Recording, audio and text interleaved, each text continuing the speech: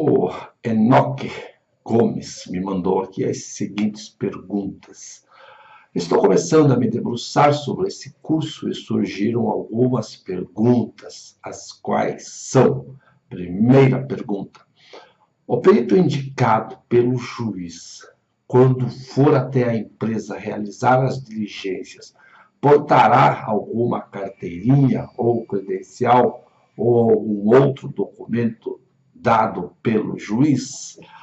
É o seguinte, o juiz ou a Justiça do Trabalho, ou o cível estadual, o cível previdenciário federal, nenhuma dessas instituições do judiciário fornece uma carteirinha, um distintivo para o perito se identificar. O perito, ele é nomeado pelo juiz nos autos e ele passa a figurar como um auxiliar de justiça, o que estabelece o Código de Processo Civil. Então, o juiz nomeou um perito numa causa em que o assunto discutido entre as partes foge ao conhecimento do juiz. O juiz, então, para auxiliar o magistrado nessa decisão, ele nomeia um perito com os conhecimentos que as partes estão discutindo. Mas ali não se fornece nenhuma credencial. Fica nos autos registrado o nome do profissional e, eventualmente, uma identificação sua, ou caso o registro no CREA. E esse profissional, o perito, ele se dirige até a empresa no dia marcado para as diligências periciais e, chegando lá, a empresa pode exigir na sua entrada, quando ele se apresenta, um documento mostrando que ele, o perito, o engenheiro fulano de tal. E aí, a empresa que tiver mais cuidado, que for mais exigente na sua burocracia, pode lá na portaria da empresa ter um documento, aquele documento que nomeou o perito naquela audiência de indicação do perito, né? Então, as partes, lá no início das diligências periciais, assim como o perito pede a identificação dos advogados, o advogado da empresa, o advogado empregado também pode pedir a identificação do perito, e o perito não pode se recusar a retirar o seu documento, a sua carteira do CREA e apresentar. Eu já soube de um caso lá em Goiânia, onde uma perita, por algum compromisso social, não pôde ir até a audiência, até as diligências periciais, naquele dia em que ela marcou. Aí simplesmente mandou uma amiga no seu lugar. Dependendo da empresa, das exigências na hora de ingressar nos recintos da empresa, a amiga nem entra. Mas nessa história que me contaram lá de Goiânia, a amiga entrou, realizou as diligências periciais. E aí depois um dos advogados percebeu que não era a perita nomeada nos autos, e esse advogado ele não gostou do resultado da perícia, né? E aí ele impugnou facilmente, tá?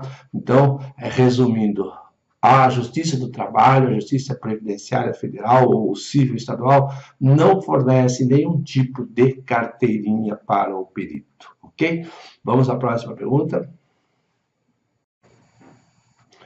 A segunda dúvida do Enoque é em relação à impugnação do laudo. E ele pergunta, uma vez impugnado o laudo, o juiz determina uma nova perícia? E essa nova perícia será feita pelo mesmo perito?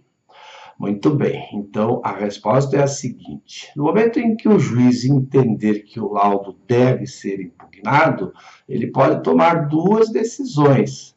A primeira é determinar uma nova perícia através de outro perito. Então, aquele perito que teve o seu laudo impugnado, ele será afastado e nomeado outra perícia.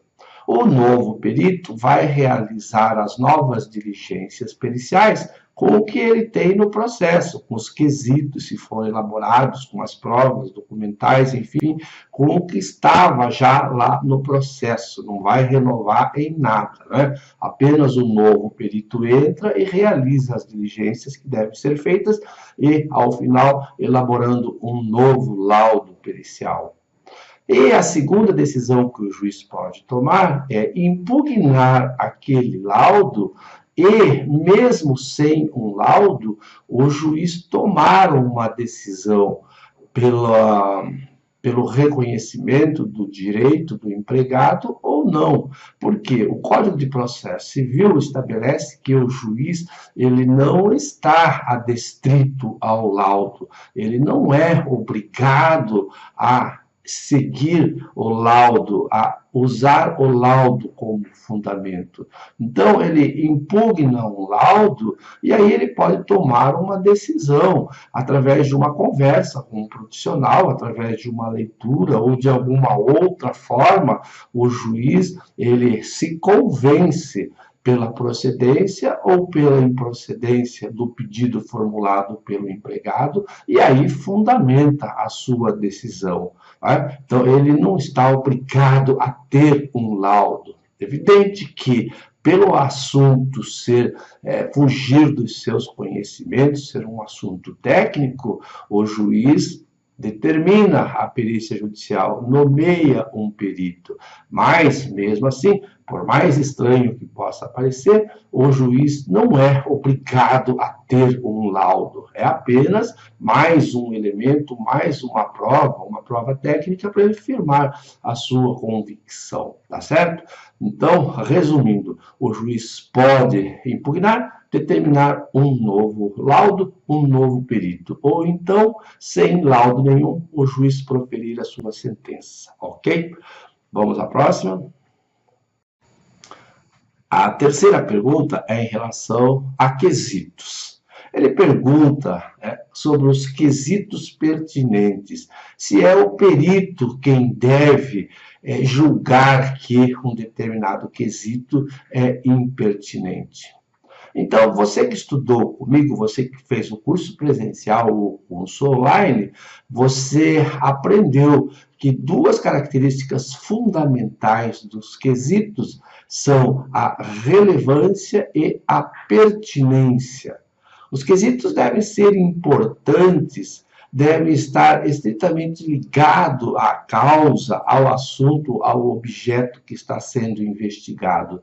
Então, um quesito, ele pode ser descrito, pode ser elaborado de uma forma irrelevante, que não tem nenhuma serventia, de uma forma impertinente, que não vem ao caso. E aí, quem é que vai julgar que esse quesito é irrelevante ou é impertinente e vai impugnar, vai retirar esse quesito do processo?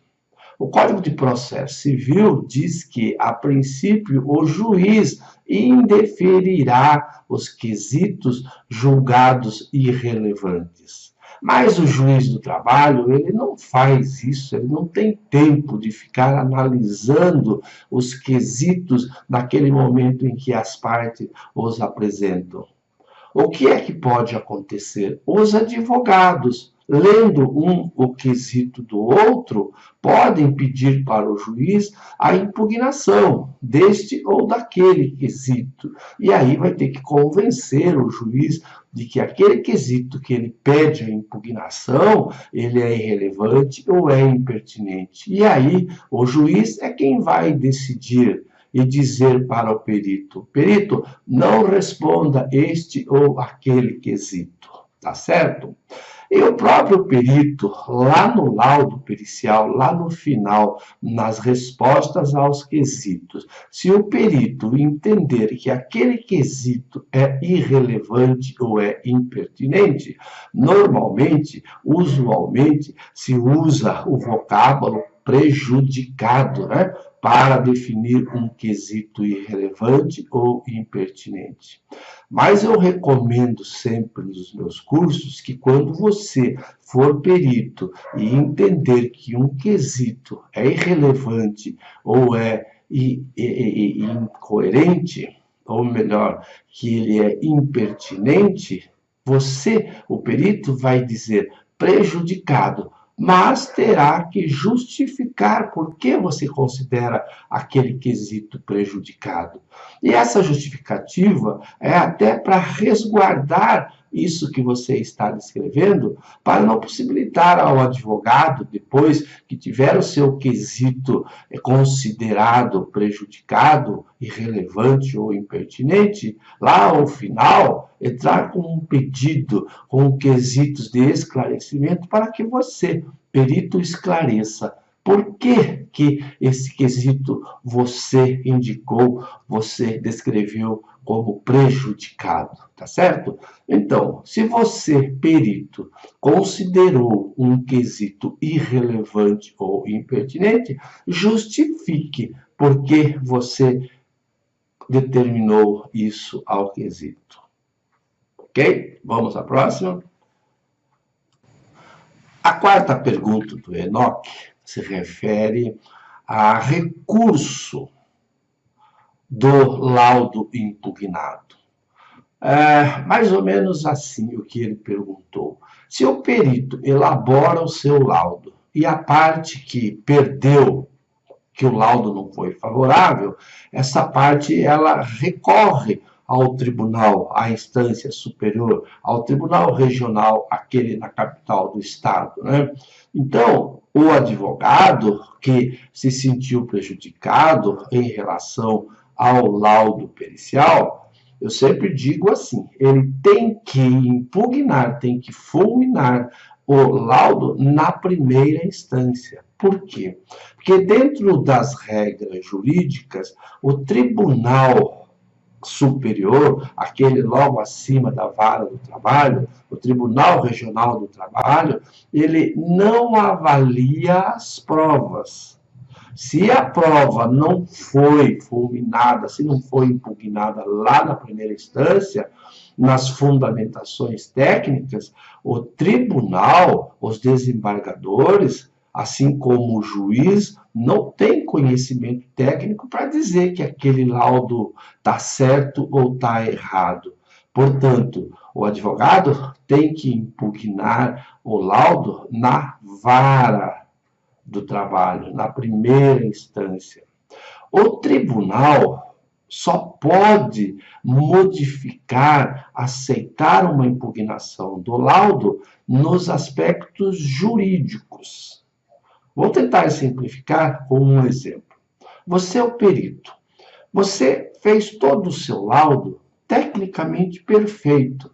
Vamos pensar que a questão era ruído. Você foi até o local, fez a dosimetria de ruído tecnicamente perfeita, de acordo com o que estabelece os anexos 1 e 2 da NR15, de acordo com o que estabelece a MHO01. Você fez tudo certinho em relação à dosimetria de ruído.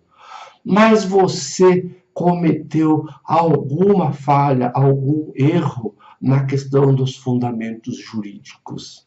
Você fez alguma produção de prova testemunhal, você tomou uma prova testemunhal sem abrir a oportunidade do contraditório à outra parte.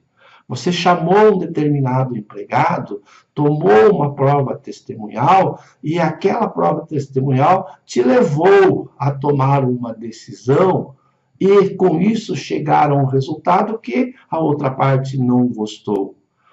Você, na sua diligência pericial, juntou um documento e usou esse documento dentro da sua diligência técnica. E esse documento, a outra parte não teve acesso. Então, você cometeu falhas jurídicas. Você atentou contra o princípio do contraditório dentro do processo, dentro da produção da prova técnica.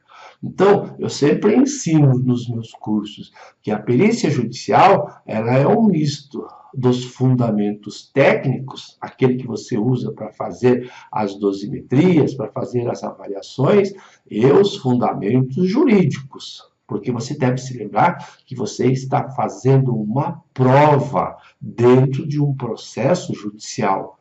E todos os procedimentos devem ser obedecidos, aqueles que estão lá no Código de Processo Civil. Então, não basta ao perito somente obedecer os fundamentos técnicos. Realizar a avaliação perfeita, mas atropelou os fundamentos jurídicos, aí sim, o Tribunal Regional ele vai impugnar o seu laudo por falha jurídica. Vai mandar o seu laudo de volta lá para a vara de origem, para a vara de trabalho, refazer todo o processo da produção da prova técnica. Tá certo? Então, valeu, ok.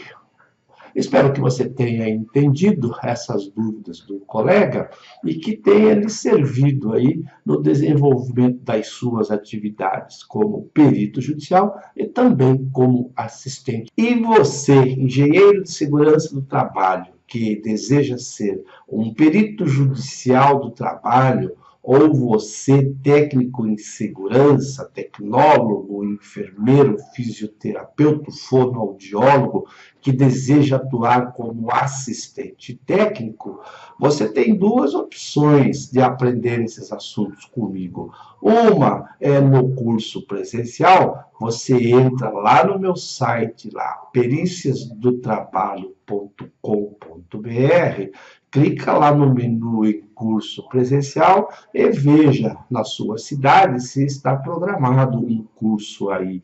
Ou então, se você não tem tempo de viajar, está longe de um centro principal, faça o curso online.